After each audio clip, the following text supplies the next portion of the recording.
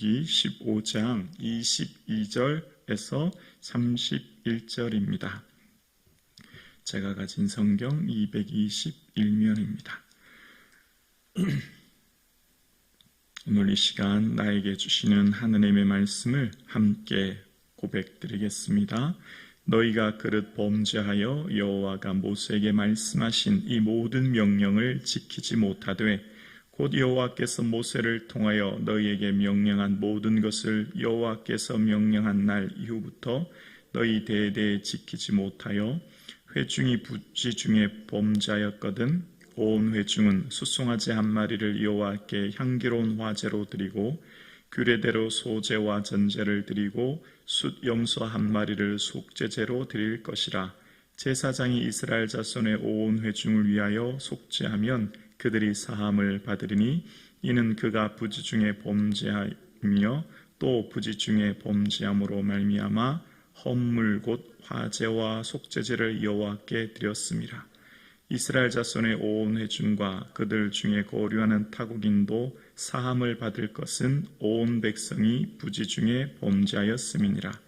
만일 한 사람이 부지 중에 범죄하면 1년 된 암염소로 속죄제를 드릴 것이요 제사장은 그 부지 중에 범죄한 사람이 부지 중에 여호와 앞에 범한 죄를 위하여 속죄하여 그 죄를 속할지니 그리하면 사함을 얻으리라. 이스라엘 자손 중 본토 소생이든지 그들 중에 거류하는 타국인이든지 누구든지 부지 중에 범죄한 자에 대한 법이 동일하거니와 본토인이든지 타국인이든지 고의로 무엇을 범하면 누구나 여호와를 비방하는 자니 그의 백성 중에서 끊어질 것이라. 그런 사람은 여호와의 말씀을 멸시하고 그의 명령을 파기하였은즉 그의 죄악이 자기에게로 돌아가서 온전히 끊어지리라. 아멘. 하나님께서는 이스라엘 백성들에게 주어서 들어갈 땅에 들어가면 해야 될 일, 제일 먼저 원하시는 것은 예배라고 말씀하셨고 그 예배에는 반드시 제물이 있어야 된다라고 하시면서 그 제물은 온전히 준비된 것으로 드리라라고 하셨죠. 그 제물을 드림으로 말미암아 이스라엘 백성들의 정체성, 우리가 누구인지에 대한 분명한 확신과 정체성을 가지게 하셨던 것을 기억합니다. 그러면서 제물을 드리는 제물에 따라서 포도주가 4분의 1, 3분의 1, 2분의 1로 각각 나뉘어 드렸던 것을 말씀하고 계셨죠.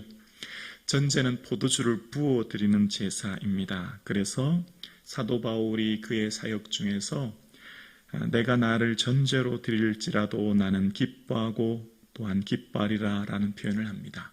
자기 자신을 하나님께 전제로 부어드렸다는 거지요.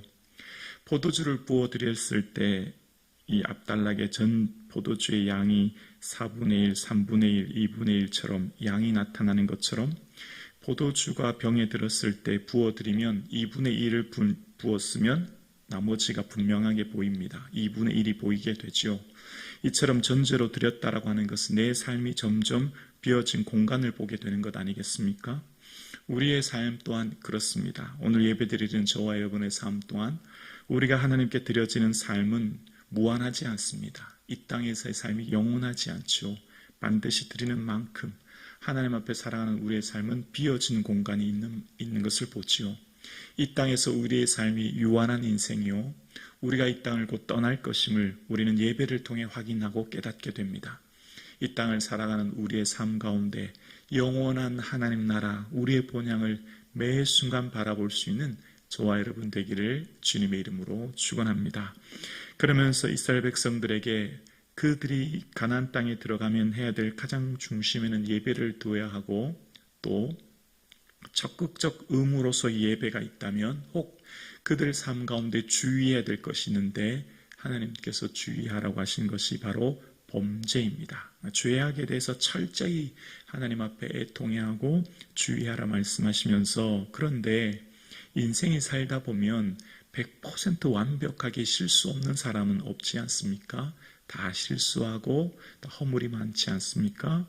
그래서 오늘 본문은 그 실수로 인한 죄와 그러니까 그 비고의로 인한 죄와 실수가 아닌 고의로 인한 죄로 나누어지게 되면서 그 부지 중에, 그러니까 실수로 인한 죄에서는 어떻게 해야 될지를 말씀하시는 게 24절에 나오는데요.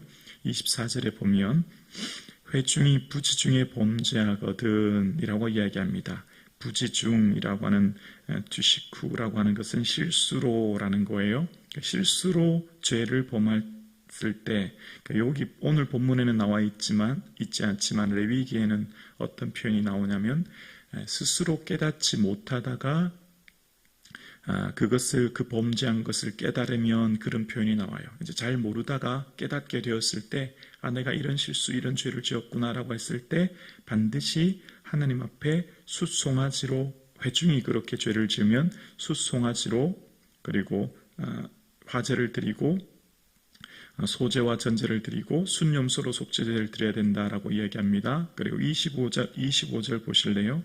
25절을 보면 제사장이 이스라엘 자손의 온 회중을 위하여 속죄하면 그들이 사함을 받으리니, 보이시죠? 여기서 중요한 순서 하나가 나와요. 부지 중에 실수하여 죄를 지었는데 제물을 드리고 반드시 누가 하냐면 제사장이 온 회중을 위해 뭐 하죠? 속죄합니다. 여기서 아주 중요한 역할을 제사장이 하고 있다는 것을 보게 됩니다. 여러분, 예수님께서 제일 처음 이 땅에 오셔서 이제 공생애를 시작하시죠. 그때 공생애를 시작하실 때 예수님께서 가장 먼저 하신 것이 세례 요한에게 가시잖아요. 그러니까 세례 요한에게 가셔서 세례를 받으시러 가십니다. 그때 세례 요한이 뭐라고 말하냐면 마태복음 3장 14절에 보면 요한이 말려 이르되 내가 당신에게 세례를 받아야 할 터인데 당신이 내게로 오시나이까, 이렇게 말합니다.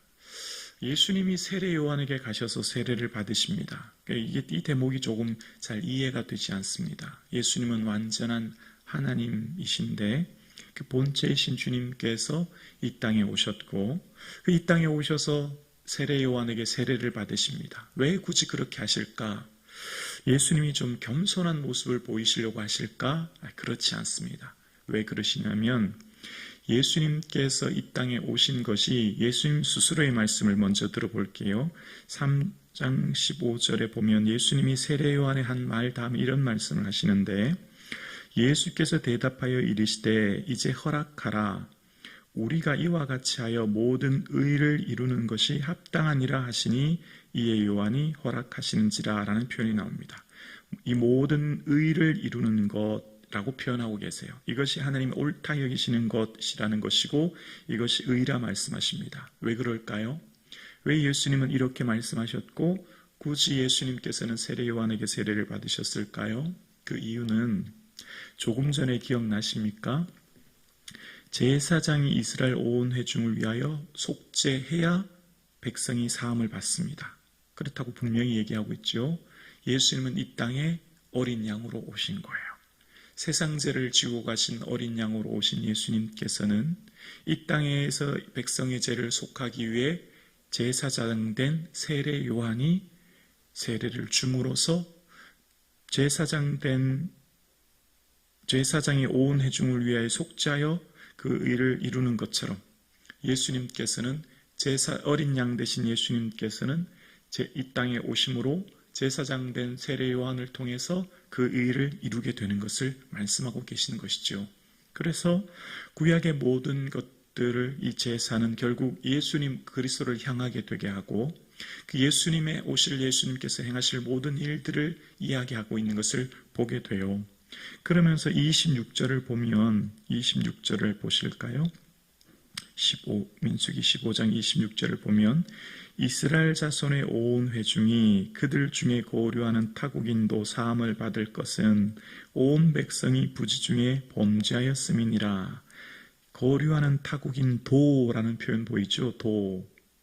그러니까 온 회중을 위하여서 제사장이 속죄를 하면 사함을 받는데 그 온 회중 가운데 있는 타국인도 함께 사함을 받는다 라고 말씀하고 계십니다.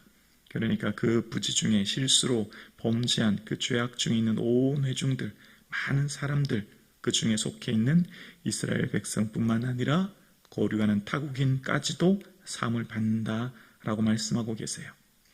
예수님께서 이 땅에 오셔서 십자가에 피 흘리신 것은 유대인만의 하나님이 아니라 유대인이나 헬라인이나 이방인이나 모든 자를 위해 죽으셨고, 그 예수 그리스도의 십자가의 피 흘리심은 아버지께서 십자가에 피 흘려주셨을 때 저들이 하는 것을 알지 못하니이다 말씀하셨던 것처럼, 그 십자가의 피 흘리심으로 그 예수 그리스도의 이 땅에 오심, 나의 죄를 위해 피 흘리심을 고백하는 모든 사람은 비록 이방인일지라도 헬라인일지라도 모든 사람들도 또한 그 십자가의 보혈의 은혜로 죄의 사함을 얻게 되는 줄로 우리는 믿습니다. 그 대속함의 은혜로 우리가 구원을 얻었고, 그 대속함의 은혜로 우리가 하나님의 놀라운 영광을 누리게 되지요. 그래서 이 속죄제의 특징 하나가 있어요. 반드시 대가를 지불해야 합니다. 반드시 회중이 범죄했을 때는 숫송아지나 순염소로, 그리고 27절 이하에 보면 개인이 한 사람이 범죄하면 암염소로 반드시 대가를 지불해야 합니다. 죄에 대한 대가가 반드시 지불되어야 된 것을 말씀하는 거예요.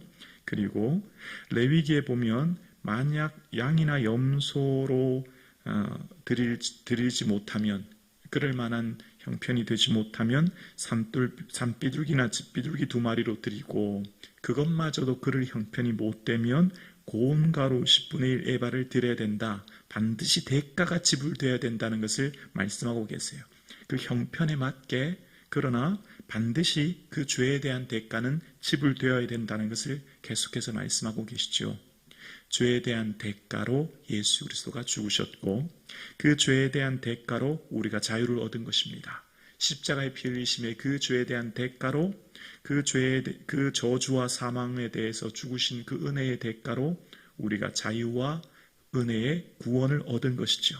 그래서 우리의 얻은 구원은 결코 우리가 늘 하나님 앞에 선물이다, 은혜라고 하니까, 공짜로 받았다고 하니까 이 자체가 공짜라고 생각하는데, 결코 이 자체는 공짜가 아니죠. 반드시 죄를 지불하셨고 그 은혜로 우리에게 선물을 주신 것이기 때문에 이것이 얼마나 큰 은혜임을 기억해야 되고, 동시에 주님께서는 가나안 땅에 들어가서 살게 될 이스라엘 백성들에게 이 얘기를 가장 먼저 하시는 이유는 이스라엘 백성들에게 그만큼 죄에 대해 오염되지 않도록, 죄에 대해 철저하게 지키도록 말씀하시는 겁니다. 그만큼 철저하게 해야 될 것이 죄라는 것을 이야기하시면서 하나님 백성으로서의 정체성을 지켜가야 된다라고 하는 것을 이야기하고 있는 거예요. 그럴 때에 이스라엘 백성들 가운데 하나님 온전히 그들 가운데 거하시고 그들과 함께 하신다라고 말씀하시는 겁니다. 그래서 이스라엘 백성들에게 가장 중요한 것은 하나님이 그들과 함께 하시는 겁니다. 하나님이 그들 중에 거하시는 거예요. 그것이 그 어떤 것보다도 가장 우선순위 되어야 되고 중요한 것입니다. 그래서 그들이 하나님과 함께 하시면 그 어떤 전쟁에도 승리하게 되고, 그들의 삶의 모든 생명과 안전을 하나님 지켜주실 것이고, 그들의 모든 삶의 때를 따라 돕는 은혜를 주실 것이며, 그들의 모든 필요를 채워주시는 하나님의 은혜를 누리게 될 것인데, 문제는 하나님이 그들을 떠나시고 함께 하시지 않는 것이지요. 그 심각한 문제가 생기는 것이 바로 죄로부터 생기는 것이기 때문에 하나님께서는 이만큼 철저하게 끊임없이 말씀하시는 겁니다. 오늘 함께 예배드리시는 저와 여러분의 삶의 가장 우선순위는 임마누엘 하나님이 나와 함께 하시는 것입니다. 이것이 우리에게 최고의 복이요 은혜이지요. 그래서 그 은혜를 사모하고 그 은혜 가운데 거하여 날마다 죄에 민감하여 주님과 동행하기 위해 몸부림치는 저와 여러분 되기를 주님의 이름으로 축원합니다.